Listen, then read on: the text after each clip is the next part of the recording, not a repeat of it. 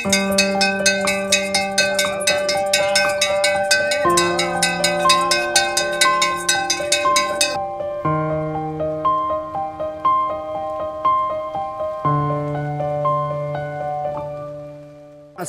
राहतो 89 मध्ये आले तेव्हापासून तर या मसालमध्ये चालू आहे.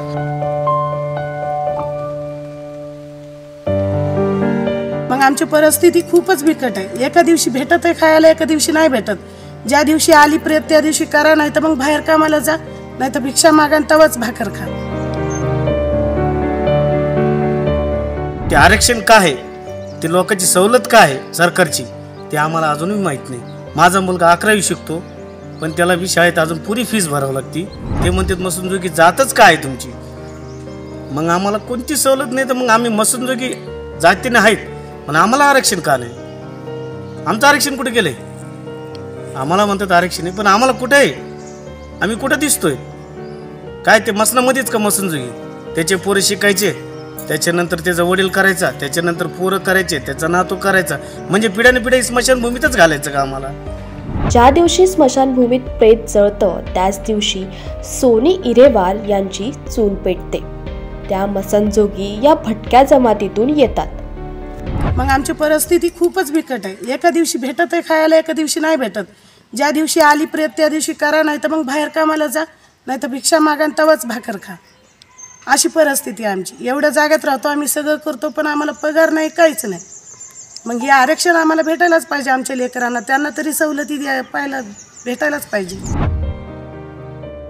स्मशानभूमीत राहून प्रेत दहन करायचं, स्मशानभूमीची स्वच्छता करायची, दिवसभर भिक्षा मागून जे मिळेल ते खायचं, यावरच त्यांच्या कुटुंबाचा उदरनिर्वाह होतो.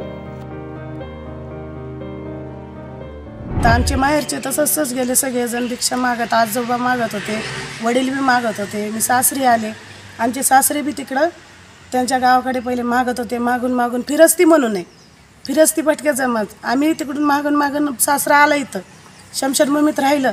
जंगल आहे, नदीच्या काठी आहे शमशानभूमी. सगळ्या याच्यात त्याच्यात राहिलो आम्ही. सगळं झाडावं लागते आम्हाला, जाळावं लागते. प्रेत आले ते त्यांच्या दुःखसुखात म्हणून आम्हाला साथ खूप द्यावी लागते. आमचे लेकरं बी, आम्ही बाया बी सगळं करतो मदत. त्यांनी जे दिलं आम्हाला 10-5 रुपये, त्याच्यावरच आमचं घर निघतंय. सासरा भिक्षा मागायला जाते तर ते पीठ आणतात, त्याच्यावर आमचं घर निघतंय. आणि मग म्हातारी आमची सासू बी जाते जोगवा मागायला आईच्या नावानं, ह्याच्यावर निघतंय. मग आमची तर पिढी अशी गेलीच गेली म्हणा. पण आता आमचे लेकरंसुद्धा शिक्षण शिकू राहिले, त्यांना बी काहीच सवलत नाही. सवलतीचं म्हणजे काहीच नाही. आम्हाला आरक्षण म्हणजे माहीतच नाही. तर आमची परिस्थिती बिकट पाहून तरी तुम्ही मदत करायला पाहिजे आम्हाला. तुम्ही आरक्षण द्यायला पाहिजे आम्हाला, आणि द्यावीच लागेल. कारण आमची आमची गेली, पण आमच्या लेकरांची खूप परिस्थिती आहे. पोरी आहेत, पोरं आहेत. मग आमची परिस्थिती खूपच बिकट आहे. प्रेत दहन करून स्वच्छता करण्याचे काम मसनजोगी समाज वर्षानुवर्ष करतो. पण या कामाचा मोबदला तर सोडाच, पण पारंपरिक भटका जमातीला असणाऱ्या आरक्षणाचा पुरेपूर लाभ देखील या समाजाला मिळत नाही. 89 मध्ये आले तेव्हापासून तर या मसालमध्ये चालू. आम्हाला काही नाही. घरचे माणसं सगळे काम करते, नातू पंतू नाते पोरगं, आमचे म्हातारे, आमचे सून सगळे साफसफाई करतो, सगळं करतो. मला आम्हाला मानदानच काहीच नाही. लोकांना दिले 5-10 रुपयाचे तेवढं खातो, नाही तर नाही.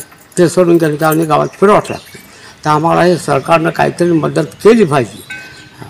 म्हणून अशी मी सरकारला विनंती करतो बा, आम्ही मूळमुक्ती भटकी जमानात होतो, मसनजोगी आले.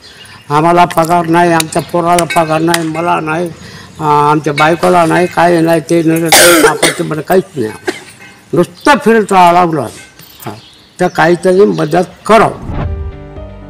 स्मशानातील राख सावरण्यात मसनजोगी समाजाच्या अनेक पिढ्या गेल्या, परंतु पुढच्या पिढीने शिक्षण घ्यावे, आपल्या वाट्याला जे भोग आले ते पुढच्या पिढीच्या वाट्याला येऊ नये असे स्वप्न मसनजोगी समाज आता पाहू लागलाय.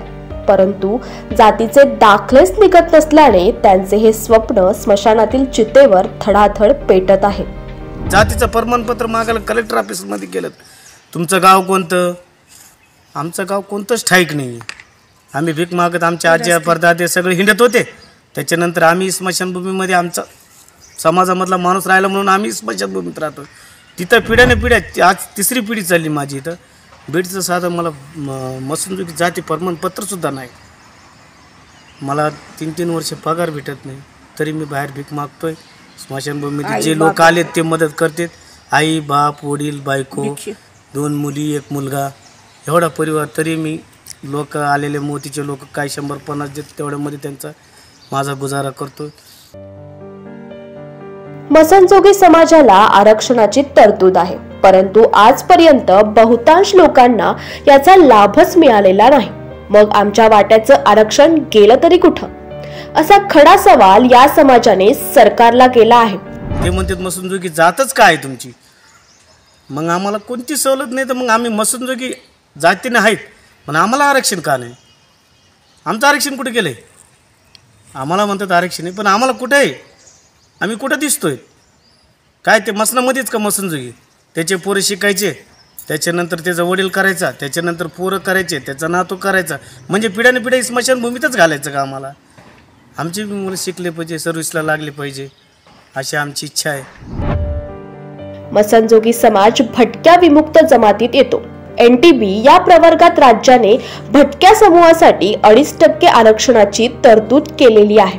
परंतु हे आरक्षण राज्याचे असल्याने केंद्र स्तरावरील नोकऱ्यांमध्ये या समूहाला प्रतिनिधित्व मिळत नाही. अनुसूचित जाती जमातीप्रमाणे संविधानिक आरक्षण मिळाल्यास या समूहाला मुख्य प्रवाहात येण्याची संधी प्राप्त होईल. जी जमात मशानभूमीत राहते, जशा अनेक जाती आहेत जे मूळ भटक्यातल्या मागतकरी जमातीतल्या NTB मधल्या जाती मागासलेल्याच आहेत. त्या मागासलेल्या आणि भटक्या मुक्तातल्या मूळ भटक्या जमातीतल्या NTBच्या लोकांकडे शासनकर्त्यांचं राज्यकर्त्यांचं लक्ष नाही आहे. तर तो जमात मागतकरी करून उदरनिर्वाह करतो. त्या जमातीला भटक्या जमातीतलं आरक्षण आहे, 2.5% आरक्षण आहे. मूळ भटक्यांना NTB मधल्या लोकांना 2.5% आरक्षण असून त्या आरक्षणामध्ये त्या लोकांची प्रगती होऊ शकत नाही आणि ती संविधानात्मक आरक्षण नाही, राज्य सरकारनं दिलेलं आरक्षण आहे. ते आरक्षण राज्य सरकारने दिलेलं आरक्षण म्हणजे असंविधानिक आहे. आम्हाला संविधानिक आरक्षण पाहिजे.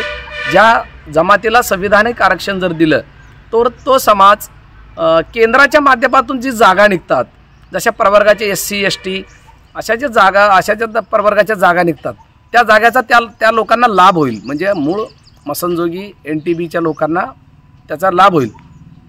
परंतु राज्य सरकारने दिलेलं असल्यामुळं या जमातीतल्या लोकांचा विकास होत नाही, शैक्षणिक प्रगती नाही, सामाजिक प्रगती नाही आणि मुळात हा जमात मागतकरी जमात आहे, गावोगावी स्थलांतर होणारी जमात आहे. राज्यात आरक्षणावरून रणकंदन माजले आहे, परंतु स्मशान हेच घर समजून वर्षानुवर्षे उपेक्षित जीवन जगणारा समाज आरक्षणाच्या लाभापासून वंचित राहिलाय.